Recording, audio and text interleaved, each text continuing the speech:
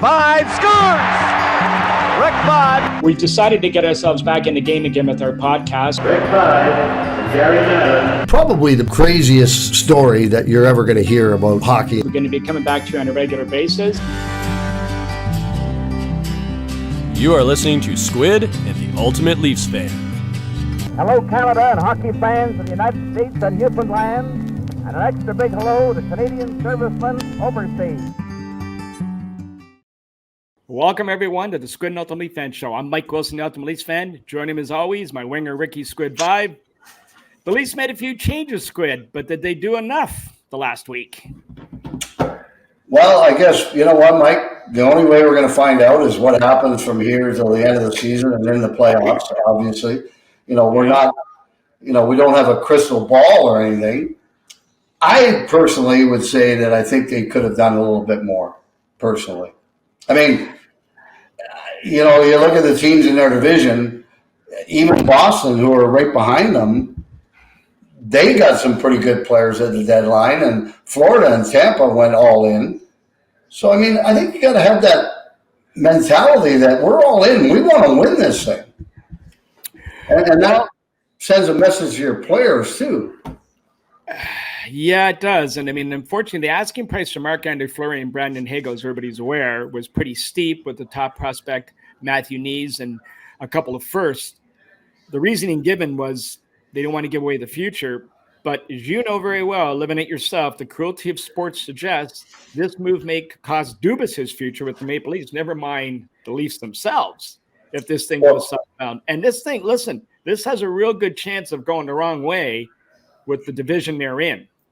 Yeah, absolutely. And, I mean, the thing is, if you don't do it now, you might not get a chance to do it later, or you might not be involved in those prospects later. So, you know, why not go out on a limb and go all in and see what happens? But, again, you know what? The one thing on the division, I would like to see them go back to 1-8 kind of format in the conferences. Yeah.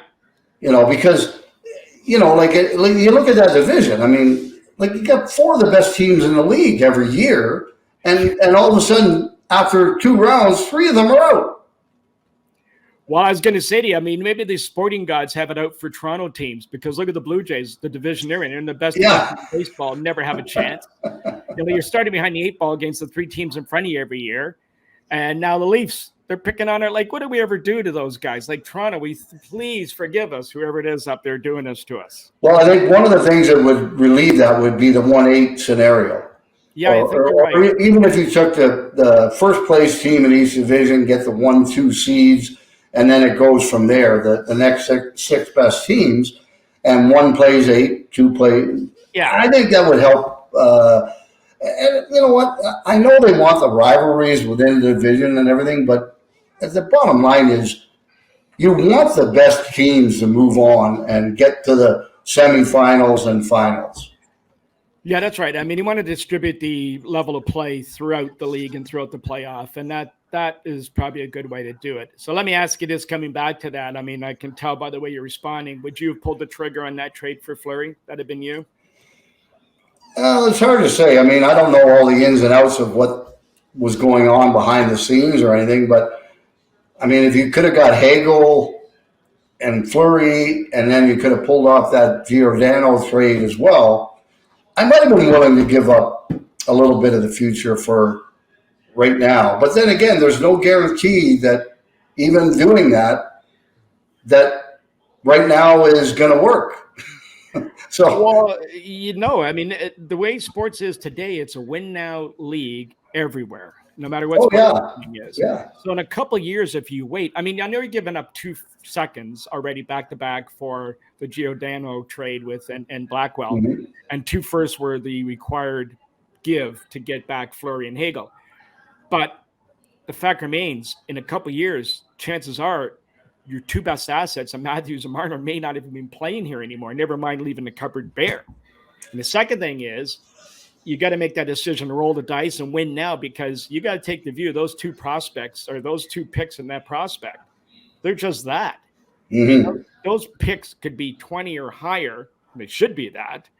So you're really rolling the dice with them if you thinking you're banking your future net. So, I mean, I don't know what the holdup or back, because we don't have all what went on behind the scenes. Right. But I was a little surprised that trade, which was leaked and put out there, that they didn't move on that, especially with Giordano and Blackhawk coming along with it. Yeah, I mean, if you got those four guys, if you got Fleury, Hagel, Giordano, and Blackwell, then all of a sudden you've just made your team that much better. But again, the bottom line is they got to change the playoff format. I mean, I can't emphasize that enough, because there's too many years where 1, 2, 3 of the best teams in the conference are out in the first, second round. Mm-hmm. And that's not fair. Like, the Maple Leafs should not have to play Tampa or Florida or Boston, for instance, in the first round. So if they did the 1-8 scenario, they might be playing they'll still be playing a good team, but it's not the best teams. Well, it's still, what happens in those days. What they want to get away from is number 8 being out number 1, which used to happen quite frequently. And so there's never really any perfect solution, but I hear what you're saying. And in this case here, it's a better solution than what they have now. It is right now the way things sit. I mean, just all the balance of power has gone to this division, unfortunately, and that's good for us watching it all year, but it's bad for us come playoff time. That's the way it is. But unfortunately, listen, the Blue Jays were faced with the same thing in 2015 with David Price, and they knew what the price of poker was, excuse the pun, for him there. Going into the next year is $210 million. And listen, the fact remained was, as I was told, Beeston basically just said to Alex Anthopoulos, look, you don't make the playoffs, they're going to gash you anyway. So you know what? Go with it. And, if you have that problem at the end, let them deal with it. And he did. Yeah. The only monkey wrench in that was they got stuck with that stiff Tulowitzki. But besides that, they made the move, and Messiah Jury made the move with Kawhi Leonard. I mean, that's another move. Those are moves that can cost you your job. So they can cost you your job if they don't work out. But if they do work out, then, like I said, there's a 5 or 6 year extension and more money. And exactly what a jury has. And Alex Anthopoulos has won a couple World Series since then with 2 different teams. Yes, so it exactly. doesn't work on your face. So we don't have all the data and everything that went on behind the scenes. So I'm a little bit puzzled as to why that wasn't done. But regardless, we've got to move forward with what you got. We can talk about these guys. Listen, we can talk about them bringing in Sidney Crosby, bringing Wayne Gretzky back, bringing back. But guess what? That ain't happening. So we got to deal with what we got. So the $64,000. You know what? They still have a hell of a hockey team, Mike. No question. My only concern is that they're playing against teams in the first round of the playoffs that are exceptional hockey teams as well. So, and they've loaded up. Well, the good news for our listeners out there is this, and not because I did this, but I went to the game last Thursday with Ryan, and we sat 7 rows from the ice. And I've been down there for a long time sitting at that level. And let me tell you, the level of speed playing against Carolina was breathtaking. And the Maple Leafs, that night, they proved to me once and for all at that level they can play with anybody. There was zero to little no room. Carolina, who vends against the rush better than anybody in the league, who shuts things down better than anybody in the league. The Leafs kept their feet moving, except number 88. They were finishing their checks. They played hard on the puck. They moved the puck efficiently, and they protected it when they had it. They did all the things that made them excel in that game, and they were nose for nose with Carolina from start to finish. They got decent goaltending. Yeah. And I'll tell you what, so the good news for us fans is that it's there. If they can bring it out like that. And what I love most about that game, Mike, as you were saying, is they did that in their own zone. All those things you talked about, 100%. They did it in their own zone. They were back deep. They were helping the D out, the forwards, and they were doing a real good job of that in their own zone. And you know what? I think if they do that on a regular basis, they're going to be a lot more successful. 100%. I couldn't agree with you more on that. And I think that the next thing we have to come to is while we're talking about that is the $64,000 question is to keep running with Shalgren or until Campbell gets back, or is Mrazek get another shot? Let me put my coach's hat on for a sec. I'd probably go with the kid. Yeah. Especially tonight, you're playing New Jersey, who are not a great team. They're okay, but I mean, they can beat you on any given night. Any team in the NHL can, as we've seen recently with the Maple Leafs. Yes. But I mean, you're going up against a team that's not as good as you are. There's going to be a lot of buzz in the building with Giordano and Blackwell coming into the lineup. I say you start the kid. He's played 3 great games and 1 kind of not so good. So that would be my personal opinion if I was the coach. What I don't like the fact is Campbell's not back on the ice. It's over 2 weeks now, and he was supposed to be 2 weeks out, and he's still not back. So I thought someone. Oh no, it was Muzzin that was back on the ice. Muzzin is back wearing a red jersey though, no contact, but no Campbell yet. So no sight of him. That's still another week, or at least away. So maybe they're just going to ride this out and hopefully get to the end and then come back with him in the last few games, let him play. But they had a gold medal winning goaltender from Finland until Arizona decided to pick him up on waivers, those idiots. And then probably held him for ransom on trade day on him, the bastards. 100% they probably called the Maple Leafs and said, oh, you really want this guy? Well, here's what we want. First round pick and a prospect. Well, that ain't going to happen, so shove that guy, where, Arizona. Well, now here's the question for you. There's a guy on that team that we've picked on all year, and I'm telling you, it's getting to the point now where the games get a little more physical. He's disappearing less, and we're referring to number 88. They got to play him. He's got to be here for the end of the year. What would you, as a teammate, what would you do with him? I mean, he's getting worse standing around every game now, and it's becoming more noticeable. Well, the amazing thing is I'm surprised watching so much tape that these coaches, assistant coaches, and video guys watch that they don't see that. I mean, I would be calling them in as a head coach and just sitting them down and showing them these shifts where he's just standing around or stopping and letting the puck go or whatever, and just say, listen, in order for us to win, we need you to get into this a little bit more. We need you to use your body and not be afraid to get hurt or anything and get involved physically and move your legs. Like against Nashville the other night, there was a play in the Leaf end, and he's playing the high slot, standing in the middle of the red circle, at the top of the circle. The Predator defenseman went behind him to the circle, took the shot, got the rebound, and scored. And he didn't even make he wasn't even aware he was behind him or he was going, and that's his responsibility. Yeah, probably he's not paying attention. He's not thinking about defense. He's not looking around to see where the defenseman is that is his man, as you said, and he just flies by him. And so 65-year-old beer leaguers, if you go around, you're going to get chopped across the hands. Okay, but or your stick broken. Again, how does that go unnoticed by the coaching staff? I have no idea. The video guys. And then Squid. And the other one is this, Mikhail. Here's your question for you. We'll leave this one before we go a bit further. We'll take it one step further. Mikhail's an unrestricted free agent this year. Now, the way he drives in, the way he played against Carolina, they got to move him a little bit up in the lineup. Get him with Johnny Tavares, number 1. Number 2, he's an unrestricted free agent this year. Somebody has to be sacrificed to keep him. And if it's 88, do you move 88 and keep Mikhail? Yeah, probably. Yeah, I would definitely look at that. I mean, I would put his name out there and see what would come back to us.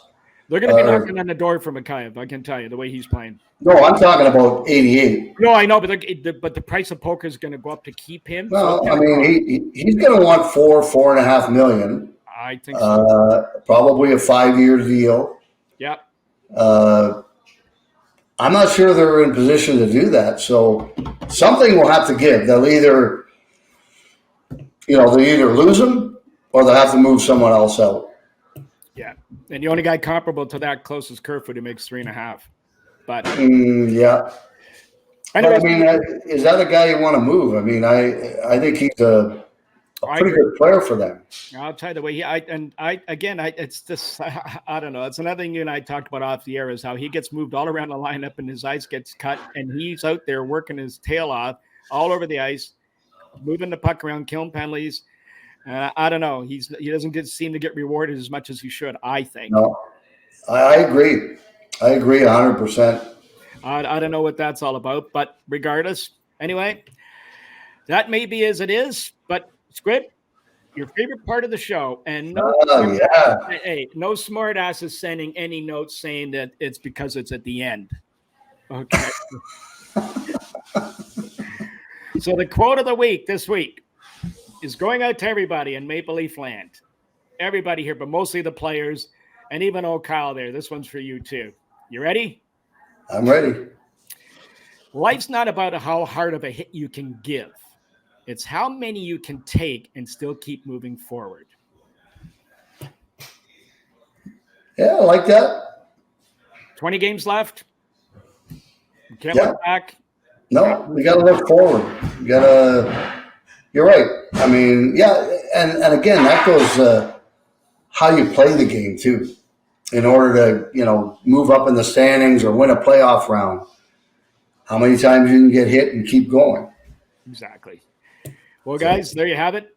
We got lots in front for you. A couple games. The game coming up tonight. Hopefully, we're not going to make any predictions. Saturday night, we'll worry about that when Saturday comes, as same with next week. So, in the meantime, that's all we have for you today. Don't forget to tune in our weekly podcast. Squid and the Ultimate Leaf Fan drops Fridays at 6 p.m. This week is part 2 of our chat with Dale Tallon. Great insights from his career in ice, in the broadcast booth, and his management, building the Stanley Cup winner in Chicago. And probably the foundation of this team we see in Florida right now, that it is one of the favorites to win the Stanley Cup this year. And he may not be done just quite yet. So he's quite the guy. Great interview. Good buddy yours, Squid. So thanks for listening, everyone. And listen, we'll talk to you guys all next week. Now, Pittsburgh, 5 years. You're settling in, but all of a sudden you moved to Pittsburgh. How'd that all come about?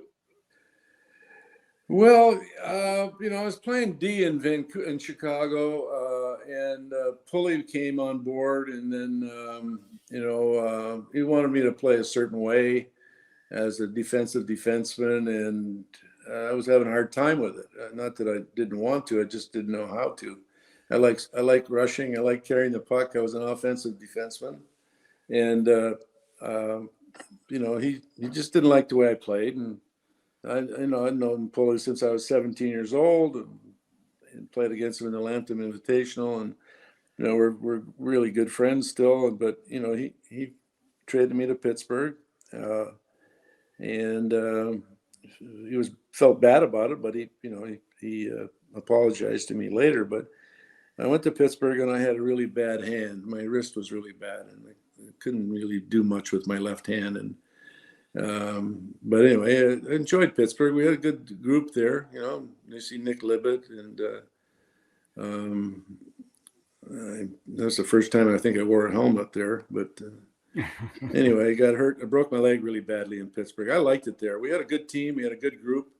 And in Vancouver right here, I had a compound fracture in my tibia. And you could see my right leg. I was laying flat over there while I was on my back. It snapped just below the knee off the goalpost.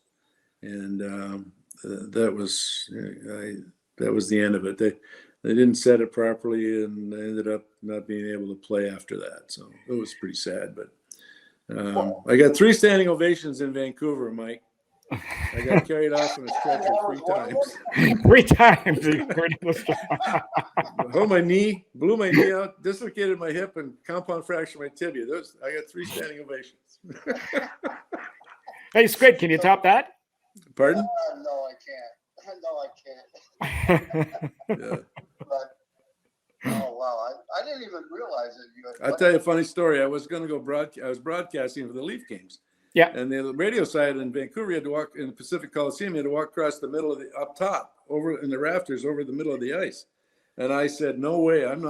My luck at this building, I'm going to fall through here and be flat in the middle of the ice and die here. I said, I'm not going. I'm not going to do the game. The hell with it. And they found another way for me to get there, but no way.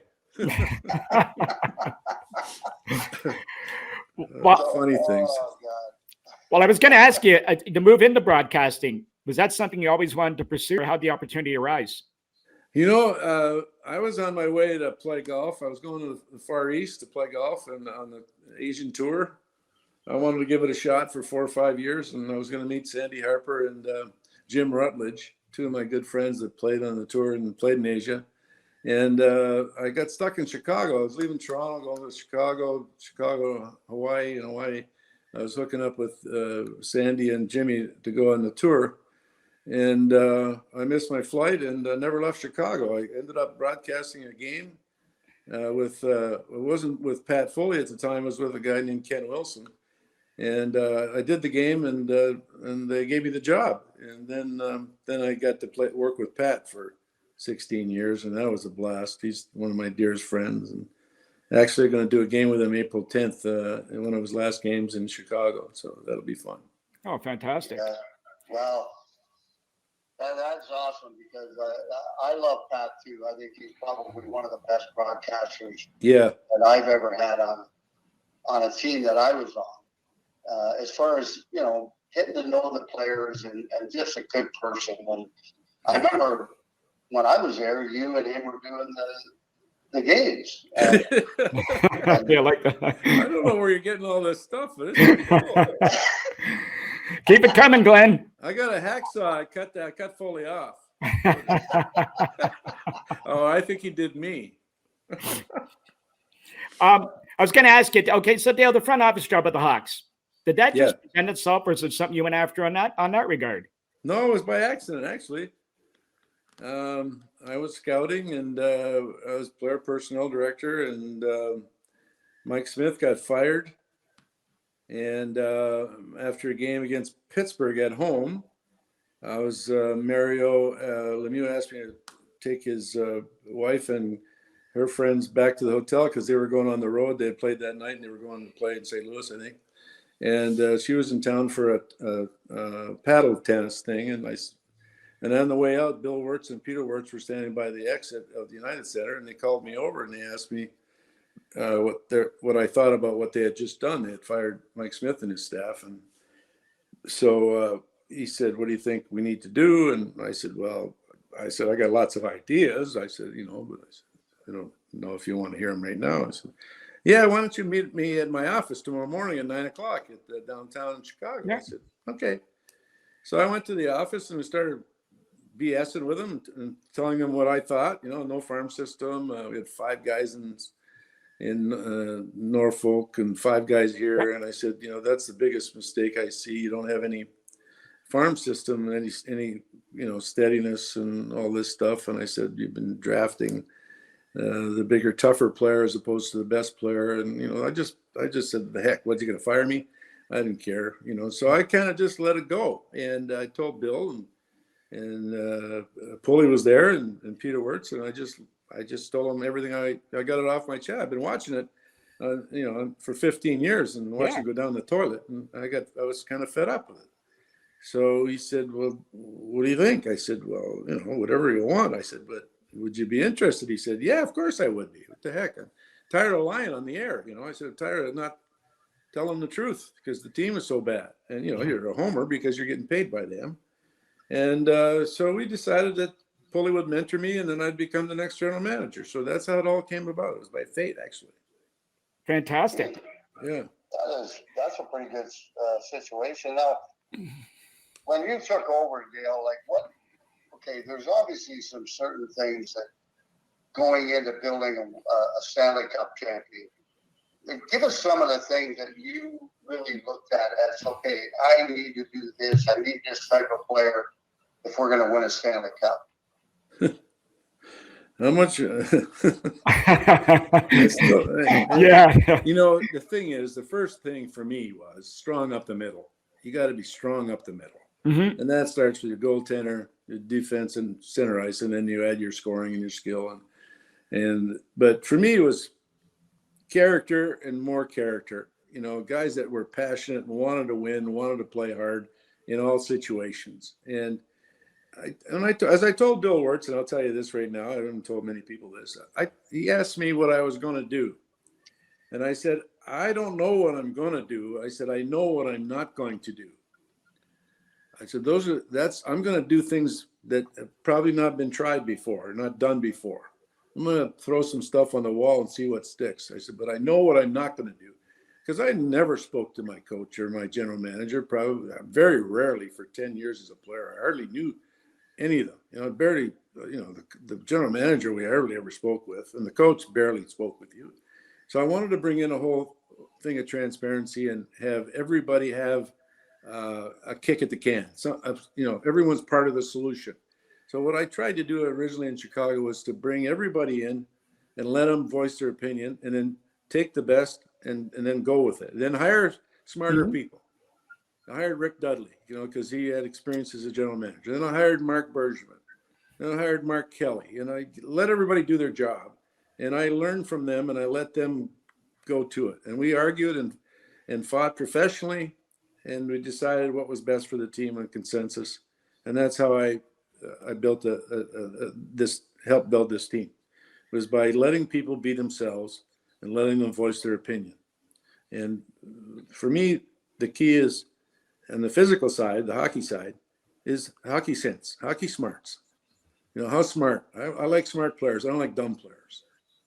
And the smarter they are, if they're deficient in skating and they're smart and they have quick hands, we can teach them how to skate, but we can't teach them how to think a lot of the time. So those are pieces of the puzzle that I'm not going to give you everything, because who knows, I might go back and you might be working again. Yes, exactly. But there are a lot of good things that happened there in Chicago with Rick and Bergie and Mark Kelly and Michel Dumas and all these. It takes an army. It takes an army. The scouts are allowed to be themselves and able to disagree. Agree to disagree and move forward. Squid? Yeah, no, it's it's a great way to come in and set the tone, I guess, for success. And as you said, Dale, we never hardly talked to the coaches or the general. Well, we never even saw the general manager. No. When we played. And I always said communication was the very biggest key to success. If you're not going to communicate with your staff and the players and find out how they're feeling and what they think could be done to make things better, you got to talk to everybody, right? Yeah. It's so important that the stick boy feels part of it too. Everybody in that, you got to stick together, and you've got to make them feel they're worth talking to, and that's the philosophy that I was brought up with, So, but anyway, it's something that I enjoy the fact that my players could come to me and talk to me and let know their feelings, and then I'd give them a reason why they were wrong.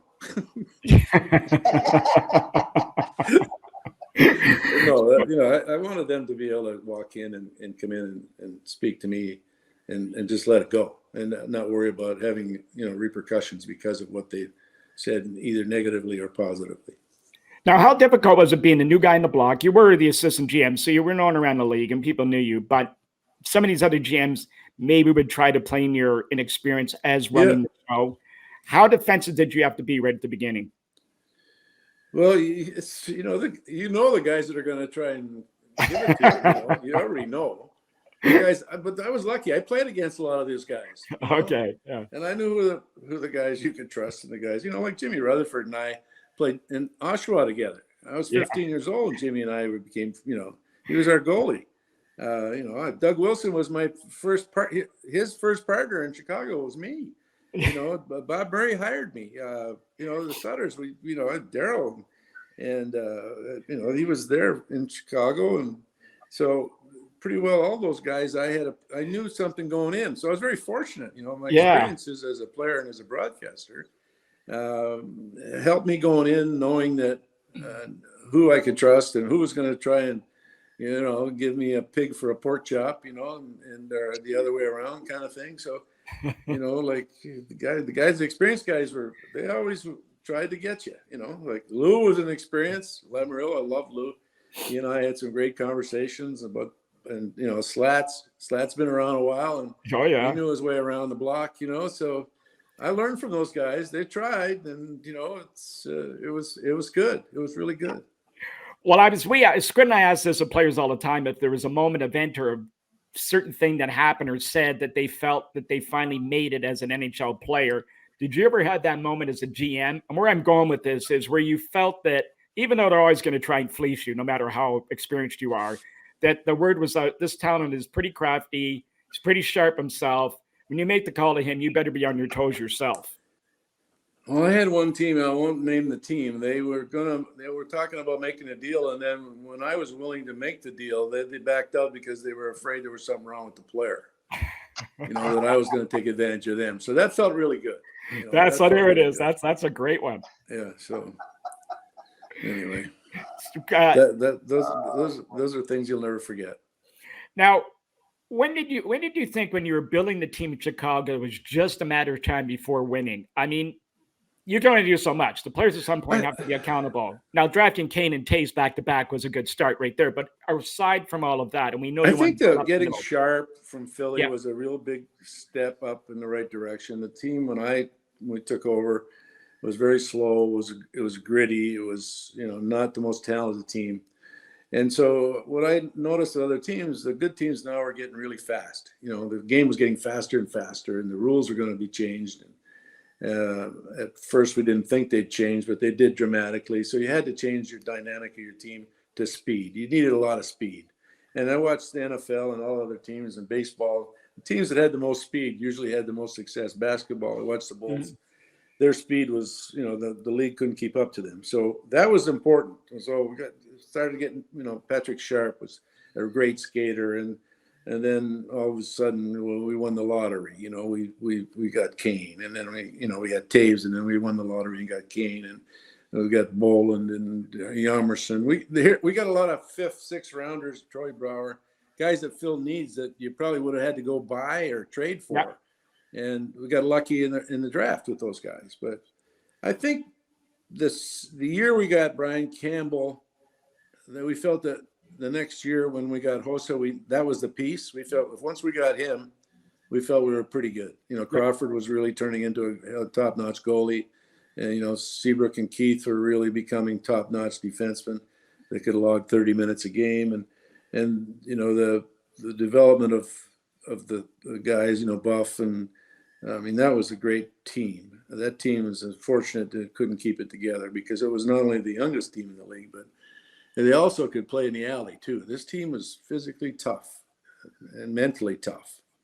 And it was, I think when we got the big guy, Hossa put everything over the top is when, that was when we were very optimistic about our future. Well, if you think about it, because you drafted Keith, I think in 2002, Seabrook in 2003 with Crawford, and you won in 10. It takes time. Yeah, it does take time, really. I mean, look at, Tampa has won 2 cups in a row, but they took them 9-10 years with that group, Great drafting and great coaching and great ownership, the whole deal. Now the Panthers are in that window, It's taken since 2010, 11 to get it changed around, and now Zito's added some great pieces to it. And they got a really good team, but it took 5 years before they started to realize it, and now it's 9-10. So what are you telling us about the Toronto Maple Leafs? It's going to take another 5 years? They're a dangerous team, if they get the right pieces. I mean, obviously they're struggling with goal, but it's tough to beat them. They got really good young players, and they can score. They can score at will. The thing with them has always been they can keep it out of their net, and the same thing is true of Florida. We know that Tampa can because Vasilevsky's the last, that guy's brilliant, and not a lot of teams have that. The teams that have that best piece back there usually have the chance to go to the Final Four. The dispute with the NHL. Oh, go ahead, Squid. I want to share a really good story with you, Dale, and you probably remember this, but my son was playing at Miami, Ohio, after playing at the U.S. Development Program. Got drafted by Anaheim by Brian Burke, 7. He left and went to Toronto. So he comes out of college. Nobody signs him. He's kind of down and everything. I called you they were doing rule changes at the Leafs practice facility at the time. And you said, bring your son and meet me at Tim Hortons at the corner of Kipling and whatever street that was. So we go in there, and I asked him if he could come to camp, and he said, well, why don't I just sign him to an American League ECHL deal right now? I said, I looked at my son, he goes, yeah, okay.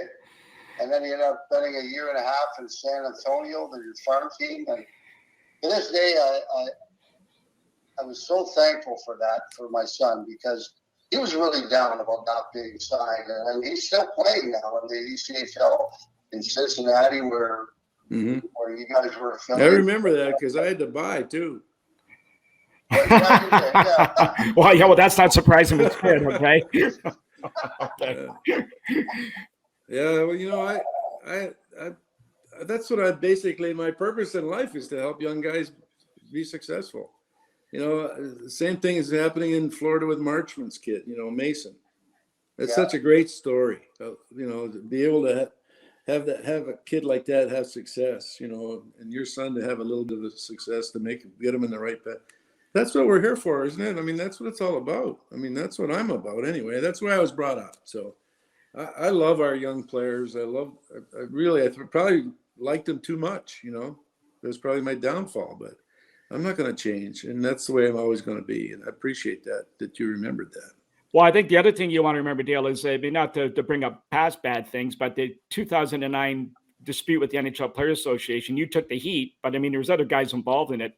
But what I look at it from the positive standpoint is the way our players stood up for you and called you out, saying he's as every part of this as all of us when they won in 10. And they're thankful to you. So that must have taken some of that bad. Well, look at that team. They went to my father's funeral. They took the bus up to Gravenhurst, Yeah. That tells you everything right there. I mean, that's what kind of character and that's what you have to build to be successful. Those types of people in a locker room having to go through the wars. Rick was one of those guys. He went through, he would sacrifice himself every game. And that's the key. You got to have character, and more character than you can imagine. It's the only way you can get to where you're going. Well, so the face on if you had seen my mother's face when they walked into that funeral home, that was totally worth it. Well, there you go. I mean, that speaks volumes of yourself too, as a leader of the club. So well on you on that part. And it didn't take the Panthers long to come calling.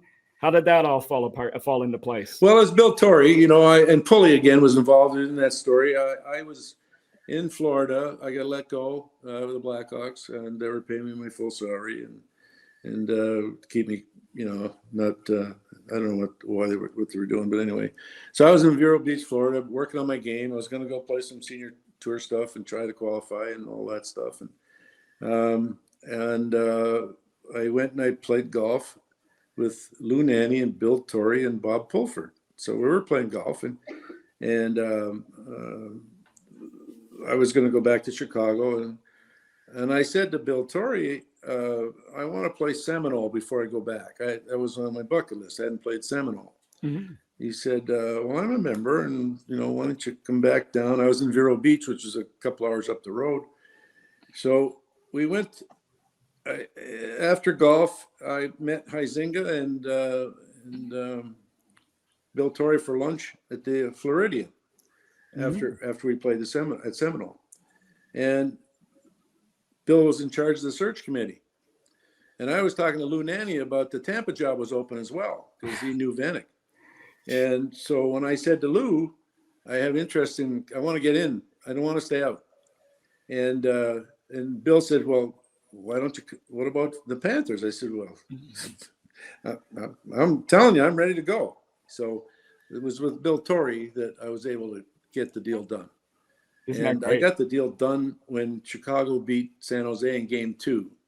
And I phoned the Blackhawks. I phoned Rocky Wirtz, and I told Rocky that I was taking the job with the Panthers, and he was all excited for me. And that's how it all happened. It was Bill Torrey and Bob Pulford and Lou Nanny and the Harry, all those guys that I spent a lot of time with in Florida, having lunch with and playing golf with and learning from. Well, you go from the Hawks, an original six franchise with lots of history, cold climate, everybody knows it, to a Sun Belt team with very little history. Did you have to take a different approach towards building them than versus Chicago? Well, I think when I was in Chicago, I tried to do things more on my own. And when I got to Florida, I learned a lesson that I wanted to let people do their jobs more. You know, I wasn't as, but no, I don't think you can change it. It was working in Chicago. Why would I change it? You know, with the same attitude. Well, the one thing is you have to really be dedicated in Florida, as I said before, weather and distractions and going to the rink and visitors and family coming down. And, you know, you got to be focused to play in Florida. Half empty buildings, you know, going to practice in flip flops. So those things, you got to have strong character to play and be successful. And, you know, Stevie Y did it in Tampa. And so there's no reason why it can't be done. It's hard work, and you got to get the right people in there. I totally agree. I mean, although as a player, I only spent 1 year in warm weather in Birmingham in the WHA. I found it helped me because I was able, after a couple of games and things that weren't going the way that you expected them, I could go play golf or tennis or just go for a long walk somewhere and clear my mind. And I thought that helped me as a player. Now, maybe that's because of my personality, because I knew that once I got to the rink, it was going to be work time. So, I don't know. A lot of these young guys, 18, 19-year-old, don't have that willpower, you know. It takes willpower. Yeah. Well, I was 19, and I guess I had that part of it figured out already. But until you got out of the rink. Well, no. I mean, hey, going and playing a round of golf in the afternoon after when things aren't going well, believe me, I really felt that it helped me and refocus and get things back. Not that I was never focused, but there's times where things don't go your way and you need to get out and do something else to take your mind off it. Mm-hmm. Now, besides making the playoffs in Florida, at what point did you think the Panthers were on the right track to where they are, almost where you could envision them almost being where they are today, if you could? Well, I think it's just an accumulation of the picks starting to mature together. You know, Huberdeau, you know, I sent him back after his first training camp because I was afraid he was going to get killed. He was very physically not very strong. You know, he was a good player, but he got crushed in a game in Dallas, I remember, by a big defenseman. And I said to him, he's got to go back to St. John. I mean, he's going to get killed here at his size. So he went, and I saw him the other day. He's a man now. You know, he's a big size, he's a good sized man, and mature physically, mentally. You know, but when all those guys, Ekblad, Barkov, has always been a very mature guy, but strong. He's always been that way. He's been blessed with a great body as well. So when all of these guys grew up together and stayed together and been able to, you know, realize that they got to make more sacrifices and make more of a commitment. They could see that slowly but gradually. Yep. And now they're self-motivated now, which is a great thing. Whereas before you always had to pump them up and work at it and make sure they, you know, had people around them and sports psychologists and, you know, all the nutritionists, trainers, whatever, just keep harping at them. And after a while, they get sick and tired of listening to you. And now that you don't have to tell them, they figured it out now. Something just for the fans, for the listeners, something that as a GM that they'd be surprised at, that's something that you do with every day in your job, we wouldn't be aware of. Well, you know, it's amazing how many fires you have to put out every day. And, you know, you got a staff, you got trainers and scouts and travel guys, and, you know, you've got all kinds of different things. Every day there's something going on just inside your own group, family issues or mental issues or medical issues. It's nonstop. And it's not a job that it used to be a 6-7 month job. It's a 12-month job now. You know, you get maybe 3 weeks off in August or after after your development camp maybe, and then you start scouting in August in Europe and the whole deal. So you don't get much time. You might get 3 weeks to recharge. It's the fact that you're getting stressed every day with something, a phone call, a text message, and it goes on. It's not 2 in the morning. It could be 2 in the afternoon. It could be 6. And there's always something to fix.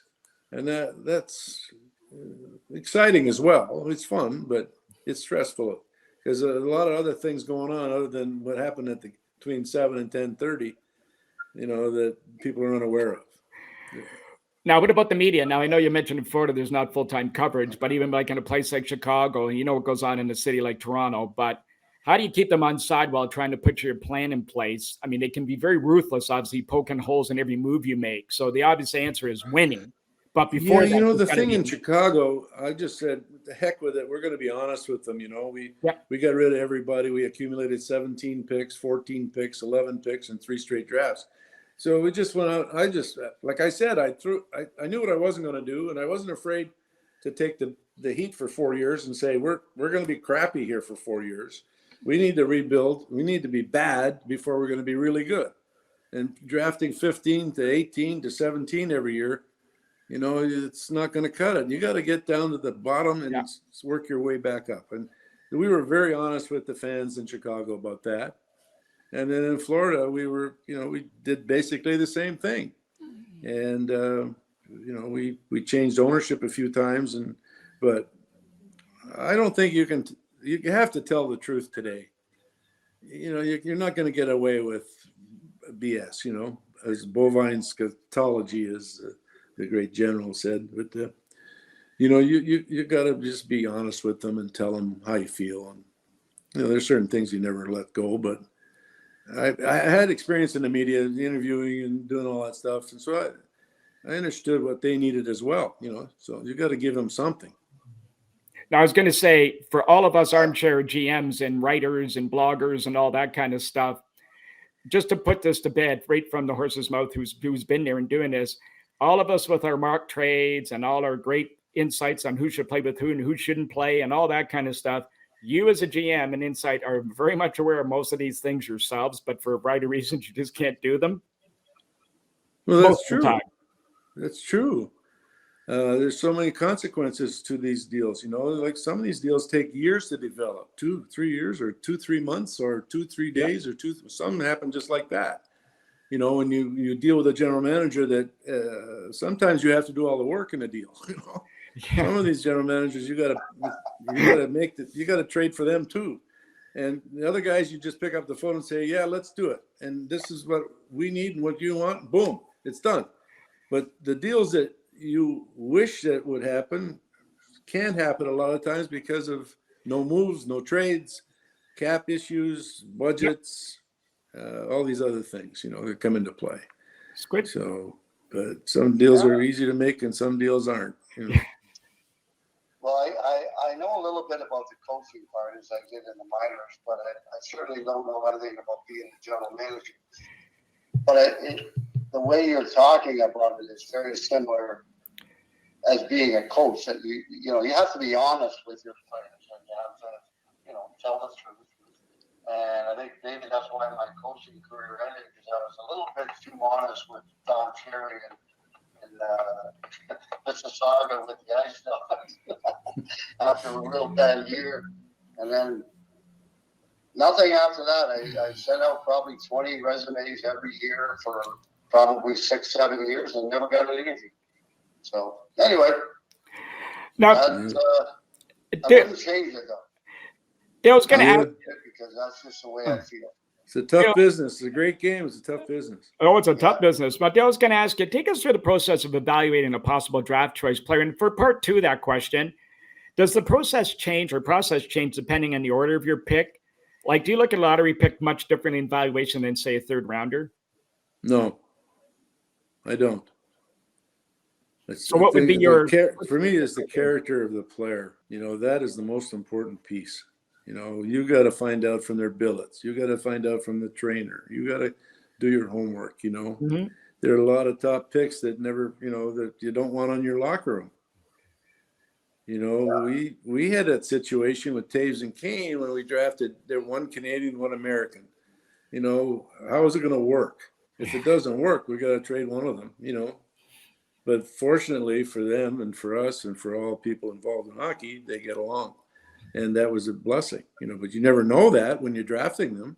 Yeah. You don't know when you start, you can draft all the good players you want, but then you got to shuffle the deck and put them together and what fits with who fits with whom. And, you know, that then you could have successive drafts in first overall or third overall or second overall. And these two kids or three kids hate each other. You don't know that, you know, you just don't know. And sometimes that happens. Hey, Squid, well, you're in the room. You know these things.